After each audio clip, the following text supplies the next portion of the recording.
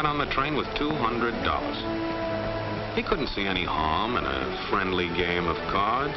What if the other men were strangers? And take Joe Collins. He's got a nice wife at home. But he met this girl at the bar, and she looked, after the first couple of drinks.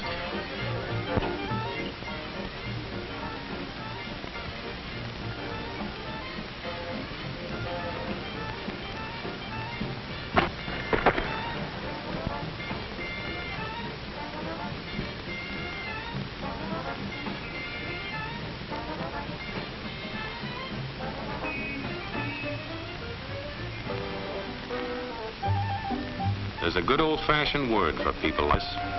We call them suckers. And there are other people. People who stay up nights figuring out how to take away what they've got. There are all kinds of games. Mike here, for instance. He's got everything in me. He's young, he's healthy, got a job. And he's got plenty of food. Big factories to make things a man can use. Big cities to do the business of a big company. And people. Lots of people. Enough to work the farm and build the factories, dig the mines, run the business. All kinds of people. People from different countries with different religions, different colored skins. Free people. They can live together and work together and build America together because they're free. Free to vote, to say what they please, go to their own churches, to pick their own jobs. Yeah, Mike's got something, all right. He's got America. But there are guys who stay up nights figuring out how to take that away from him. I happen to know the facts. Now, friends, I'm just an average American. But I'm an American. And some of the things I see in this country of ours make my blood boil. I see people with foreign money. I see Negroes holding jobs that belong to me and you. Now, I ask you, if we allow this thing to go on, what's going to become of us real Americans? I've heard this kind of talk before, but I never expected to hear it in America. This fellow seems to know what he's talking about. What are we real Americans going to do about it? You'll find it right here in this little pamphlet. The truth about Negroes and foreigners. The truth about the Catholic Church. Do you believe in that kind of talk? I don't know, makes pretty good sense to me. And I tell you, friends, we'll never be able to call this country our own until it's a country without. Without what? Yeah, without what? Without Negroes. Without alien foreigners. Without Catholics. Without Freemasons. You know these people. What's wrong with the Masons? I'm a Mason. Hey, that fellow's talking about me. And that makes a difference, doesn't it? These are your enemies. These are the people who are trying to take over our country. Now you know them. You know what they stand for. And it's up to you and me to fight them. Fight them and destroy them before they destroy us. Thank you.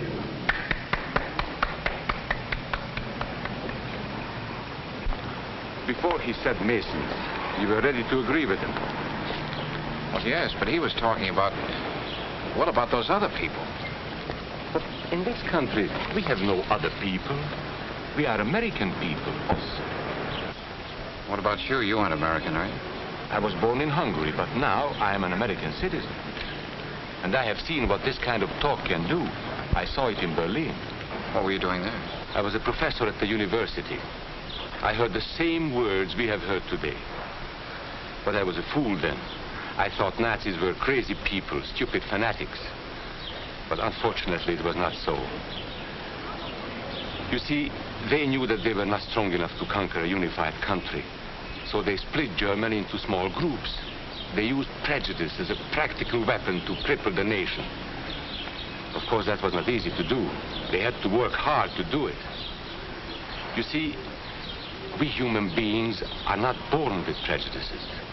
Always they are made for us, made by someone who wants something. Remember that when you hear this kind of talk. Somebody is going to get something out of it, and it isn't going to be you. This is not classroom theory. I saw it happen. I saw it first in Berlin in 1932. 5 young men that I knew were standing in the crowd listening to the Nazi speaker. Eric was a Catholic. Anton, a student of mine, was a Jew. Heinrich owned a small hardware store. Karl was a farmer. And Hans was an unemployed metal worker. To all Bavarian Germans, I say it is time you inherited the nation which rightfully belongs to you. To you alone belongs the glorious destiny of the greater Germany. The Nazi Party will provide land for the farmer, work for the worker, and profits for the small businessman. Who is getting these things now? The Jew. The Jew who has stolen our nation and our birthright. Who makes all the money and takes all our jobs? The Jew! He must be shunned. He must be ostracized. He must be eliminated. And the Catholics. We don't want our great nation run by a foreign church. We Germans will know what to do with these people when the time comes. They and their faith must be destroyed. Then there are the Freemasons. In Germany, we have no place for secret societies. There will be only one society, and that is the Nazi Party. There will be no secrecy about that in the new greater Germany. One by one, he attacked each minority and he split them off one from the other. These men were all fellow Germans when they came here today. Now they were split into rival groups, suspicious of each other, hating each other. They were being swindled, all of them. But the man who was really being fooled was Hans. He was pure German, according to Nazi standards. To him they promised everything, and he fell for it. That's how Hans became a Superman. They gave him a uniform and they pumped up his ego. He wasn't just a little fellow out of work anymore. He was a member of the master race. Hans and thousands of others like him, all playing a sucker's game. They gambled with other people's liberty, and of course they lost their own. A nation of suckers. Hitler needed these people. There was lots of work to be done. There were trade unions to be smashed, because unions were organized and might offer resistance. There were many political parties in Germany. These the Nazis destroyed. They were determined to smash every organization where people might band together and resist them. There were Jews to be beaten and killed. The Jews were not powerful, but they were a convenient excuse for all the nation's ills. And besides, a Nazi party member could not take over this man's store. Hundreds of Catholics were put in jail because the Catholic Church had strength and could resist the Nazi drive for power. They had split the nation into 100 pieces, and then one by one, they had destroyed the pieces. Over these broken pieces, the Nazis rode into power. One party, one nation, one religion. These men had won their struggle for power. They now ruled all of Germany. But still they had trouble with their oldest and most persistent enemy, the truth. They found that truth does not die easily, and so they decided to abolish truth. One great source of truth is literature, so they burned books, 20 million of them. Many great men in Germany who were spokesmen for truth were jailed or driven from their country. Teachers, writers, scientists. Education was discouraged. In 5 years, college attendance dropped 53%. It was forbidden to listen to a British radio program or read an American newspaper. In Nazi Germany, you had to get your information from Dr. Goebbels. He knew what was best for you. The church was one force in Germany still strong enough to proclaim the truth in public. This Catholic priest was arrested the following day on charges of immorality. The Protestant church also continued to try and fight for truth. The Nazis put this man in a concentration camp. There were others who spoke for truth, and I am proud to say that educators were among them.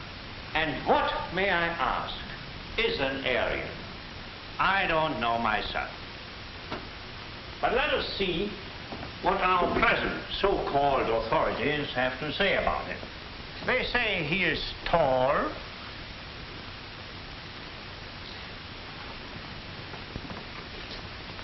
slender,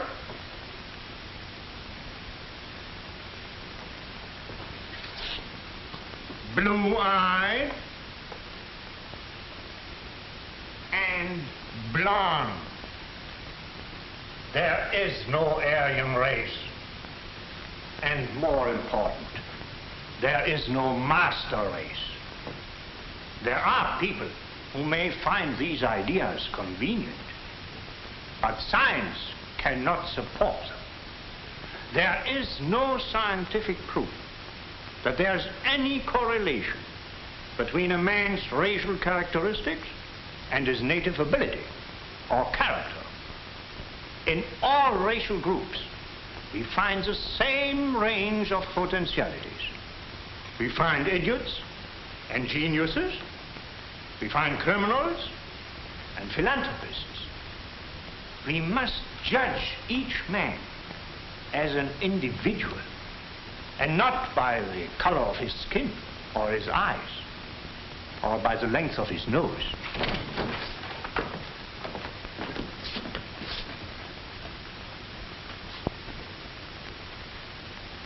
Come in, gentlemen. It's comfortable. And remember that there is no master race. That is a scientific truth. Anyone who tells you otherwise is lying.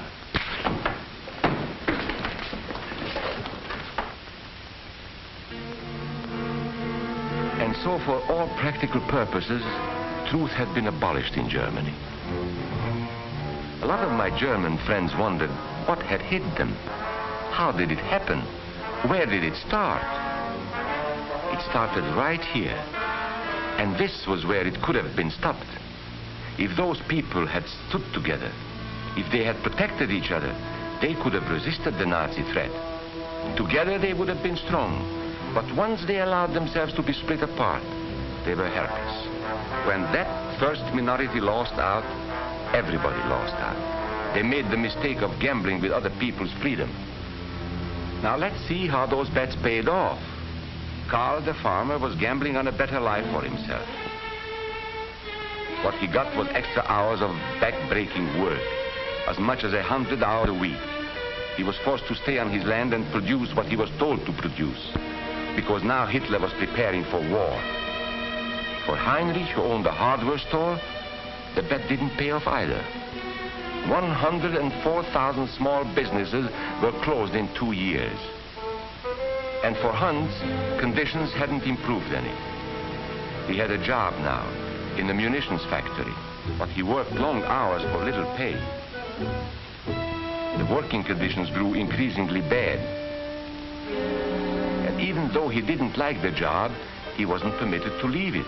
And when Hitler decided the time was right, Germany went to war. Not by declaring war, but by a carefully prepared sneak attack. Once again, Hitler needed Hans to do his dirty work. Hans was an expert at brutality this time. And Hitler had decided to use Hans and his brutality against other peoples. The Czechs, the Poles, the French, the Russians. But in the crucial test of war, Hitler's race theories didn't pay off. His pure-blooded supermen were defeated by the mongrel armies he despised. By the British at El Alamein.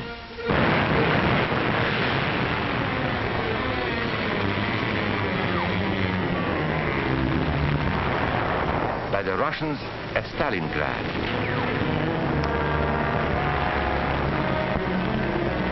Then on D-Day by American soldiers of every color and religion, who smashed across the Normandy beaches and drove on through to the heart of Germany. For the misguided Germans who had swallowed the Nazi bait, the Nazi game did not pay off.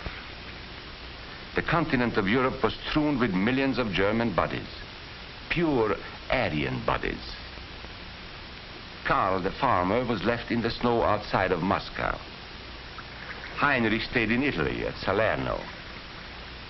And Hans, who was going to rule the world, got only a little patch of Normandy that he could call his own. We must never let that happen to us or to our country. We must never let ourselves be divided by race or color or religion, because in this country we all belong to minority groups.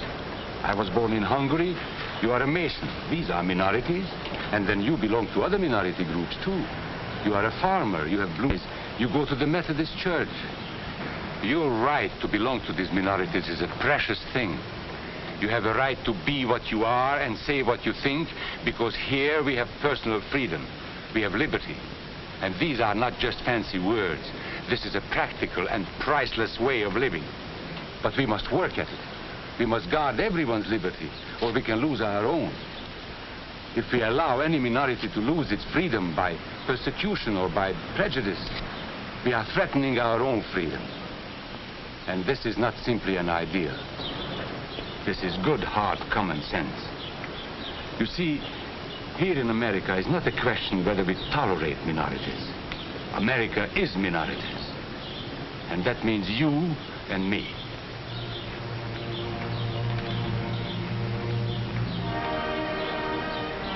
So let's not be suckers. We must not allow the freedom or dignity of any man to be threatened by any act or word. Let's be selfish about it. Let's forget about we and they. Let's think about us.